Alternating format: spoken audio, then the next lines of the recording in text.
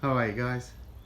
Welcome back to Wargaming China, and today I'm going back to a subject that I've done 2 previous videos on, i.e. the Vickers in Chinese service. And today we're going to look at the Vickers 40mm pom-pom and the Maxim 37mm pom-pom in Chinese service. Now, the Vickers 40mm pom-pom would see service until the end of World War II, entering service in about 1915. In Chinese service, the best example that I could find to illustrate how common both guns were in Chinese service was a look at the Chinese gunboats launched between 1906 and 1933. Now these gunboats, numbering about 50, all seem to be armed, or in the majority seem to be armed, either with Vickers 40mm pom-poms or Vickers Maxim 37mm pom-pom. The reason for this is simple. When Maxim had upgunned his medium machine gun to 37mm, supplying it with a 25 round belt feed, it had initially drawn a lot of interest as an anti-torpedo weapon, a torpedo boat weapon to be put on board larger ships for close-in defence. However, it was first encountered in battle with the Boer armies of the Boer Republics in the Second Boer War, and the British faced that from 1899 onwards, and they were very impressed with the weapon. And the weapons that the Boers had were the Krupp Maxims, and it wasn't very long before the British were experimenting with different mountings for a 40mm Vickers gun. Now, the British seem to have developed the 40mm round from about 1911, making it official in 1915. So let's go back to these Maxim guns. These are going to be for a gunboat that I will build for the Chinese Navy. Now, as ever on this channel, you're going to learn through my mistakes. The colours for the Chinese sailors are completely wrong. I recently found some good solid footage of the Chinese Navy, and I will be repainting these. But the guns are right. Water-cooled barrel, brass-covered barrel, brass feed mechanism, you know, nice mix of brass on the Vickers gun. I think that on the Maxim guns.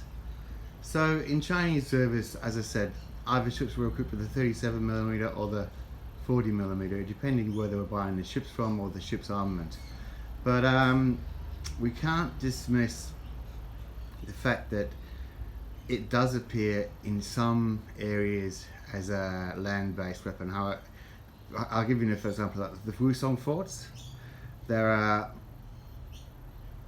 2 articles that speak of pom-pom guns in defensive actions in the fort, based in the fort. Now, as I said before, I have no photographic evidence of that, but I have no reason to not think that the Beaufort pom-pom, the Vickers pom-pom, wouldn't have been in service in those places. Also, it does say in most statements about the Japanese amphibious assault on the naval base at Ningjiang that the sailors were manning their pom-pom guns on the shore, having salvaged them from scuttled and sunken ships. In fact, it was basically pretty de rigueur for the Chinese Navy to manage to salvage guns and ammunition off its sunken ships, and then for the sailors to use them in defence around shore facilities or in defence of amphibious landings. This can be seen in the Han Wei campaign, and if you're going to if you're going to build a Chinese gunboat, which I will, you know, you can't go wrong with putting a couple of pom-pom guns on board. Now, the pom-pom gun in 1915 would change from 40mm firing a 1-pound shell to a 40mm firing a 2-pound shell. Now, I say that because it doesn't seem to me I could find any production differences, but that's a nice question for if you watch this video. If you could tell me when exactly did Vickers change the 40mm up to a 2-pounder projectile. So we see that in the Chinese Navy. I don't have in my book on the Chinese gunboats, which is River Gunboats by Roger Branfield Cook, brilliant book. The guns are just listed as either Vickers or Maxim. So and 37 or 40mm. So if the 40mm with a larger shell was in service of Chinese forces, it's certainly not obvious. It will come in later, but I'm going to get to that. So therefore, there you go. Those models are from Shapeways. The crews are Red Box, French sailors, and as I said, they'll be getting repainted and put on board a gunboat that I plan to build. Right then, so that's the 37mm Maxim sorted, and that is the cloudiness that I have. That is my understanding of when exactly the Vickers pom-pom became from 40mm 1-pounder to 40mm 2-pounder. Okay, now then, there was another Vickers pom-pom gun in service with the Chinese army that definitely did fire the 2-pound projectile. Now, unfortunately, or fortunately for you, the only one I have is on a motor gunboat that I've been building. Let's see that there. So I've been building this motor gunboat for a while for the coastal forces of the Royal Navy, and on the front of it is mounted, hang on, I'm going to look at my book, and the book I'm now referring to is Leland Ness's Kangjian, brilliant book.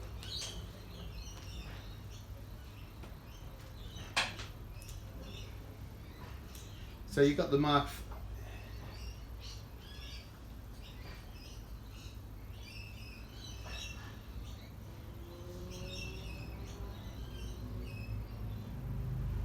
Sorry for the silence, I just want to tell to get this correctly. Okay, in 1937, China approached the British government. She was in dire need of air guns, and the British government sold us 6 40mm 2-pounder guns. Now these guns are QF guns designed for Royal Navy service. Now, the Brits sent 6. Now, although the pom-pom gun had a high rate of fire, it wasn't the most accurate weapon in the world. That's why later on in the war, you will see multiple pom-pom guns. First doubles, then quads, then quadruple barrel multiple guns. Because the idea of the 40mm pom-pom was just a blanket of fire in the general vicinity of where they thought the aircraft would be. Whereas the Bofors gun was just, you know, the 40mm Bofors was more accurate.